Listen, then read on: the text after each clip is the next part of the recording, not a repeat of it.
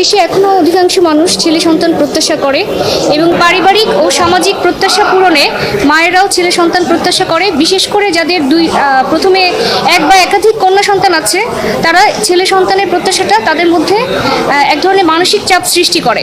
পরীক্ষার মাধ্যমে যখন গর্ভবতী নারী জানতে পারে যে তার অনাগত সন্তান মেয়ে হবে, তখন তিনি পরবর্তীতে ডোমেস্টিক ভায়োলেন্সের শিকার হন অনেক ক্ষেত্রেই, এবং মানসিক নির্যাতনের শিকার হন, এবং কখনো কখনো পরিবারের সদস্যদের দ্বারা শারীরিক নির্যাতনেরও শিকার হন। এতে গর্ভবতী মা এবং শিশু স্বাস্থ্য মারাত্মক ঝুঁকির সম্মুখীন হয়। এই কারণে এই অনাগত শিশুর লিঙ্গ পরিচয় শনাক্তকরণের উদ্দেশ্যে এই পরীক্ষা রোধ করা আমরা জরুরি মনে করি।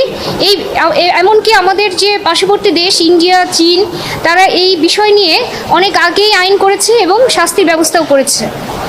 এছাড়া gender detection of unborn babies সারা বিশ্বে ইমোরাল প্র্যাকটিস হিসেবে চিহ্নিত। বিগত 1 ডিসেম্বর 2019 আমরা এই বিষয়ে জেন্ডার ডিটেকশনটা ব্যান করার জন্য লিগাল নোটিশ পাঠাই। লিগাল নোটিশের কোনো জবাব না পেয়ে আমরা জনস্বার্থে এই রিট পিটিশন ফাইল করি। রিট পিটিশনের প্রাথমিক শুনানি শেষে 2020 সালের 3 ফেব্রুয়ারি মাননীয় বিচারপতি এনায়েতুর রহিম এবং মাননীয় বিচারপতি মোস্তাফিজুর রহমানের সমন্বয়ে গঠিত দ্বৈত বেঞ্চ রুল ইস্যু করে। লাস্ট 4 ইয়ার্স ধরে আমরা এটা চেষ্টা চালিয়ে যাই আইনগতভাবে এই বিষয়টাকে এস্টাবলিশ করার জন্য। কিছুদিন আগে স্বাস্থ্য অধিদপ্তর এই বিষয়ে রিপোর্ট দেয়, কমিটি গঠন করে এবং রিপোর্ট দেয়।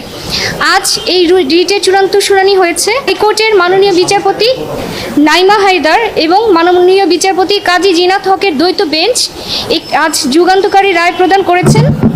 এই রায়ে বলা হয়েছে যে কোনো হসপিটাল ডায়াগনস্টিক সেন্টার, অর্থাৎ আমাদের দেশের কোনো হসপিটাল ডায়াগনস্টিক সেন্টার ল্যাবরেটরি কোনো মাধ্যমেই অনাগত শিশুর লিঙ্গ পরিচয় প্রকাশ করতে পারবে না।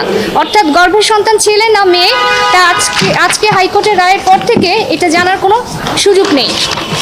রায়ের আরেকটা অংশে বলা হয়েছে যে স্বাস্থ্য মন্ত্রণালয় অর্থাৎ রেসপন্ডেন্ট নাম্বার 1 এই যে শিশুদের যেই টেস্টগুলো করা হচ্ছে